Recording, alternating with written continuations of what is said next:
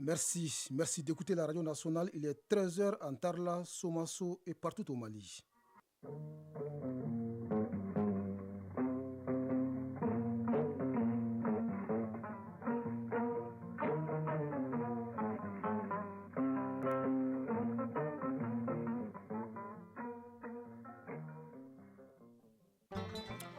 Au micro, Brahma Traoré, les titres.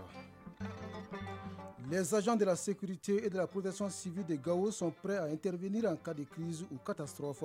Pendant 10 jours, ils étaient à l'école du guide pratique pour la gestion des crises élaborée par le département de la sécurité. L'humanité doit changer de cap et mettre l'eau au cœur de ses actions. C'est le cri de cœur lancé hier par le secrétaire général de l'ONU à la clôture de la conférence internationale sur l'eau à New York. Au Soudan, un nouveau Premier ministre doit être nommé le 11 avril prochain. Un comité mixte composé de l'opposition et des militaires travaille à l'atteinte de cet objectif. Les États-Unis et le Canada annoncent un accord sur l'immigration irrégulière. Le président Joe Biden, en visite au Canada, a salué l'engagement du pays à accueillir 15 000 migrants venus de tout le continent américain. Sport football, les Aigles du Mali ont désormais un pied en Côte d'Ivoire après leur victoire nette hier face aux Scorpions de la Gambie 2-0 comptant pour les éliminatoires de la CAN 2023. En ce troisième jour du mois de Ramadan, mesdames et messieurs, bonjour et bienvenue dans cette deuxième édition de Mali Actualité. Ils sont désormais formés pour mieux agir face aux crises et catastrophes. Les cadres de la sécurité et de la protection civile de la région de Gao étaient à l'école du guide pratique élaborée à cet effet par le département de tutelle. La formation vise surtout à prévenir d'éventuelles crises et catastrophes et à protéger les populations et leurs biens. De la cité des Askia, une correspondance d'Ali Idrissa Maïga. Ces sessions de renforcement de capacité ont regroupé en 2 phases les cadres de la sécurité et de la protection civile des régions de Gao, Kidal et Menaka. La formation qui a duré 2 semaines était basée sur le guide pratique de gestion des crises et catastrophes. Lieutenant-colonel Bakari Dao, chef de mission de la formation. Les gouverneurs, les préfets, les maires ont été formés. Le tour est de descendre pour aller vers les cadres régionaux. Et ces cadres de la sécurité et de la protection civile sont réunis pour qu'ils puissent être outillés, formés et bien aguerris dans la gestion opérationnelle des urgences. Adjudant Youssouf Traoré, porte-parole des stagiaires. Nous avons appris les différentes méthodes de lutte contre les crises et catastrophes, les attitudes et comportements adoptés face à une crise et catastrophe. Et enfin, le rôle des forces de défense et de sécurité dans la lutte contre les crises et catastrophes. Cette formation est une initiative du ministère de la Sécurité et de la Protection civile en collaboration avec le Centre de coordination et de gestion des crises et catastrophes et d'autres partenaires comme ECAP Sahel. Agali Ag Inamou Diatara, directeur de cabinet du gouverneur de la région de Gao. Avec cette formation, vous êtes désormais en mesure d'agir avec efficacité et rapidité dans des situations d'urgence réelle et cela de jour comme de nuit dans vos postes respectifs. Lieutenant-colonel Bakari Dao, chef de mission de la formation. L'outil le plus important et le plus utile pour nous, ça c'est encore une fois de plus le plan ORSEC, qui permet aux différentes forces de gérer les crises ou catastrophes, surtout en synergie d'action sur un commandement unique. Une copie du guide pratique de gestion des crises et catastrophes a été remise aux autorités régionales. Gao, Aliou Idrissa Maïga et Al-Hassan Ahamadou pour l'ORTM. Ils n'ont pas été formés, mais ils partagent les mêmes sentiments de satisfaction. Il s'agit des producteurs et transformateurs à la foire commerciale et agricole de Mopti. Le rendez-vous commercial de la Venise malienne a permis aux participants de réaliser des bonnes affaires, mais aussi de formuler des recommandations. Explications et réactions avec Idrissa Keita en ligne de Mopti. Au cours de cette foire agricole et commerciale de Mopti, les produits céréaliers transformés, forestiers non lignés, écoulés sont estimés à plus de 10 millions de francs CFA, un résultat qui profite à plus d'un. Assetou Kone, exposante. On a eu à signer des contrats avec des agriculteurs. Nous avons échangé des contacts aussi.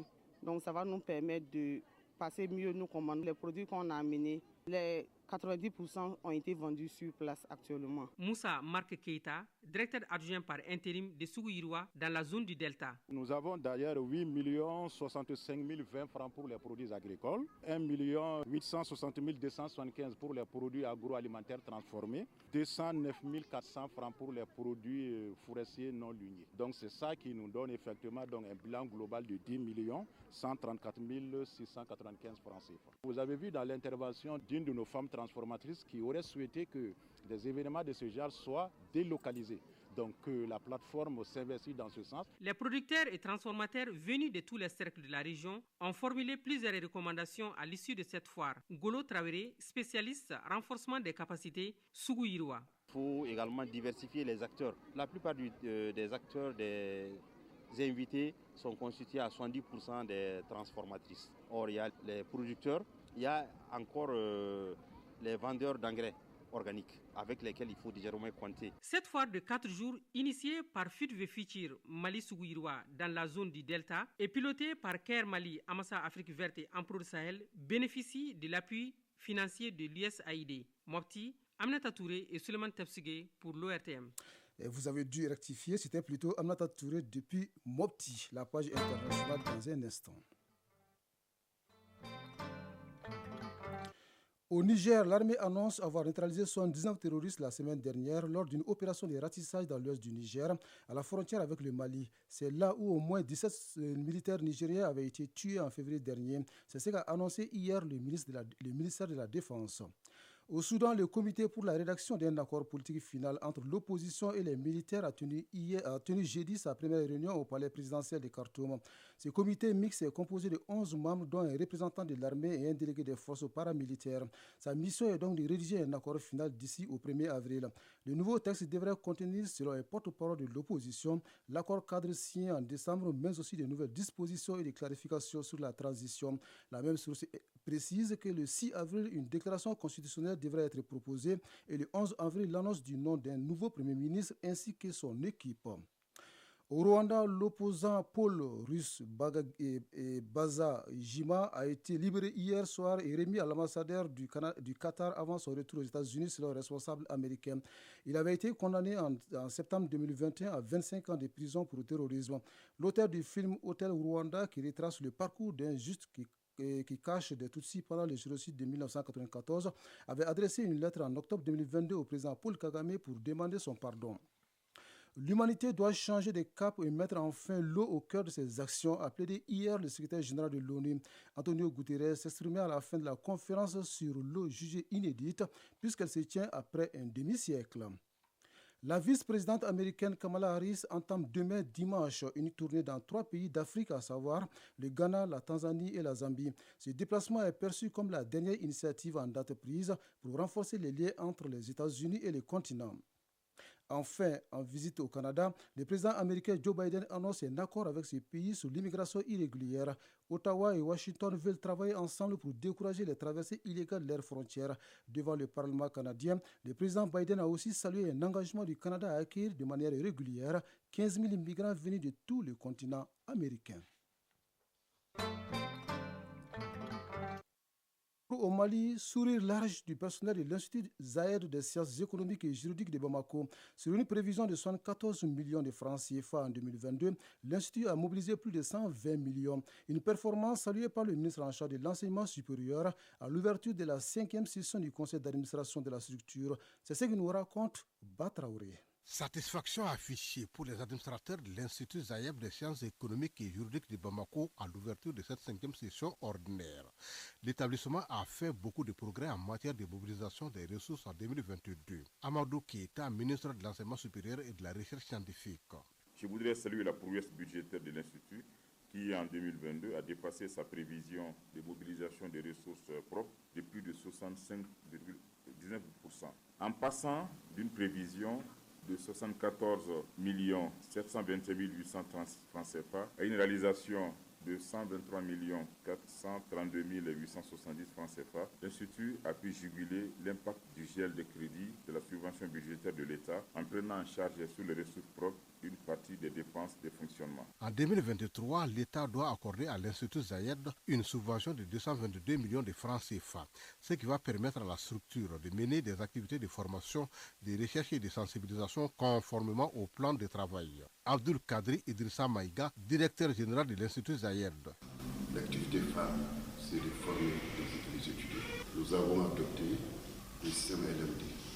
La première activité, c'est d'assurer cette année, sans qu'il y ait des perturbations sur le plan, d'assurer d'abord cette formation pour que les étudiants puissent avoir vraiment ce dont ils ont besoin en termes de connaissances, en termes de savoir. Établissement d'enseignement secondaire dont le médium est la langue arabe, l'Institut Zayed des sciences économiques et juridiques de Bamako compte aujourd'hui 844 étudiants, dont 157 filles.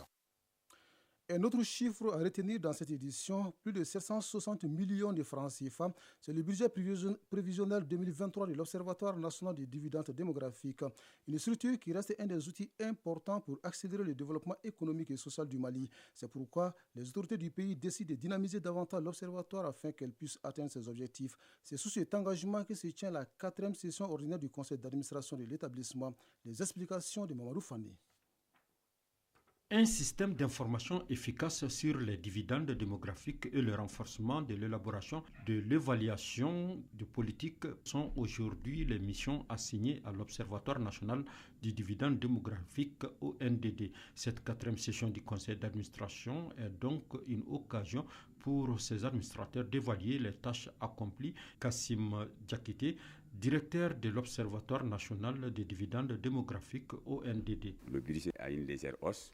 Donc tout ce qui va nous permettre d'entreprendre des études sérieuses et des recherches dans le cadre de l'économie générationnelle, les activités de formation et de renforcement des capacités dans le cadre du dividende démographique, nous allons accélérer ces activités et détendre ça aux couches les plus vulnérables, qui sont généralement la jeunesse, le cadre de l'autonomisation de la femme et de la jeune fille. Intégré dans un dispositif régional d'observatoire pays, l'ONDD participe aux actions de suivi de la trajectoire démographique et ses effets sur le développement économique et social de notre pays, d'où une hausse de 1,6% de son budget pour 2023, soit plus de 760 millions de francs CFA. Sambala Madi Kanouté, secrétaire général du ministère de l'Urbanisme, de l'Habitat, des Domaines, de l'Aménagement du territoire et de la population. Les activités prévues en 2023 s'inscrivent dans le cadre de la réalisation des missions de l'OND. Il s'agit du renforcement des capacités nationales de prise en compte de la dimension démographique dans les politiques et programmes, le suivi des politiques en lien avec le dividende démographique et participation aux activités de communication et de plaidoyer en faveur des couches vulnérables. La tenue de cette 4e session marque le démarrage des activités de l'ONDD pour l'année 2023. Elle facilitera la mobilisation des ressources internes et externes pour une exécution correcte des activités.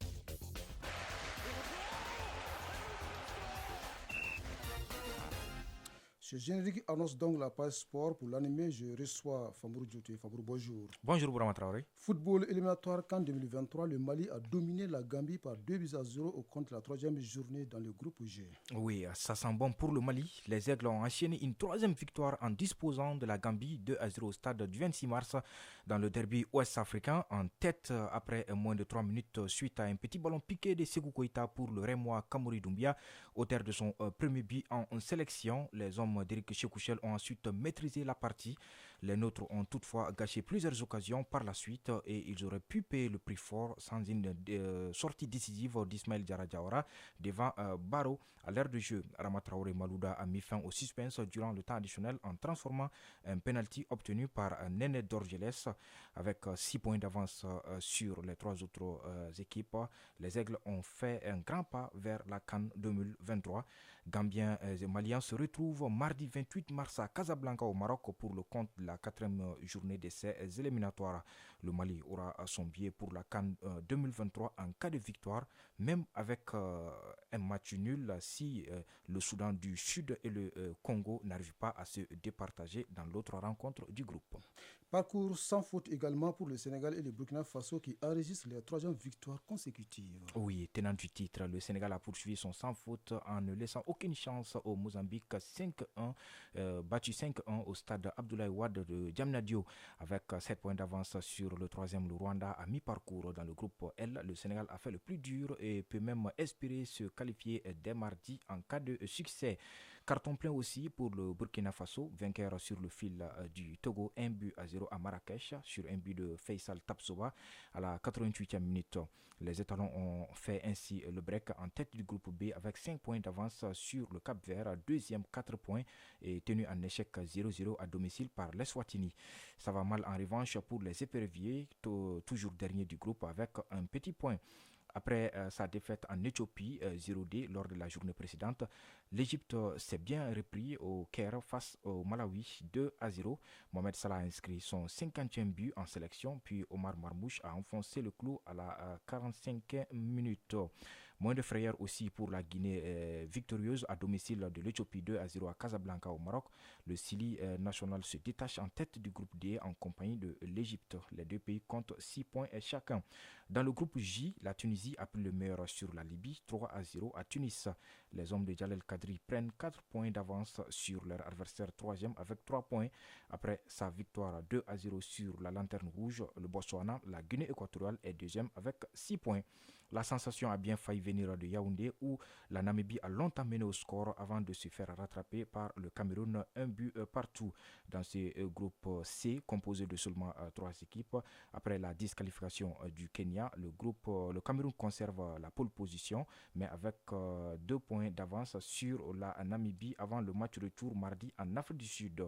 Alors sans jouer, le Maroc est qualifié en phase de groupe de la CAN 2023 suite au match nul 2 buts partout entre l'Afrique du Sud et le Libéria, leader du groupe A avec 6 points. Les Marocains ont 5 points d'avance sur l'Afrique du Sud, 1 point, et le Libéria 1 point. Le Zimbabwe est exclu des éliminatoires, tout comme le Kenya, pour raison d'ingérence politique. Les fédérations du Kenya et du Zimbabwe ont été dissoutes par leurs gouvernements respectifs. Alors elles ont été ensuite suspendues par la FIFA. Le groupe C et K se retrouvent donc avec 3 pays. Changeons de discipline pour parler de basketball. La 4e journée du championnat national de première division prend fin ce samedi. 5 matchs, dont 2 à Kaye, sont au programme pour la clôture de la 4e journée du championnat national de première division de basketball. À Kaye, le Sigi Homme reçoit Atar Club de Kidal et les dames du centre Salamatou Maïga de la Cité des Rails accueillent Calaban Sport Club KSC. Ici à Bamako, toujours chez les dames, l'AS Commune 6 sera face à l'USFAS et le Stade Malien de Bamako en découdra avec l'AS Police. Du côté des messieurs, l'AS Mandé affrontera l'USFAS. En ouverture ce vendredi, une double confrontation entre l'AS Real et le Djoulouba C était au menu. Les dames et messieurs de l'AS Real ont remporté respectivement par 70-61 et 66-61. Enfin, en balle, les championnats nationaux cadets et juniors commencent ce dimanche au stade Omnisport Modibo Keïta. Oui, la compétition concerne les filles. C'est le club des ligues et des clubs de Bamako qui participent à ces championnats cadets et juniors. Merci Famour Djourti. Cette page sport met donc un terme à cette édition qui vous a été présentée par Bourama Traoré. Au Malette, Bintou Traoré, Segou Traoré a assuré la mise en ligne et Dossé Baba Diarra m'a aidé à la préparer. Le prochain rendez-vous avec l'information, c'est à 20h30. Vous retrouverez Isaac Tchino. Merci à vous d'avoir suivi la présente. Mais ne décrochez pas. Tout à l'heure, le résumé de l'actualité dans nos régions avec Youssouf Traoré. Passez d'excellents moments à l'écoute de la radio nationale.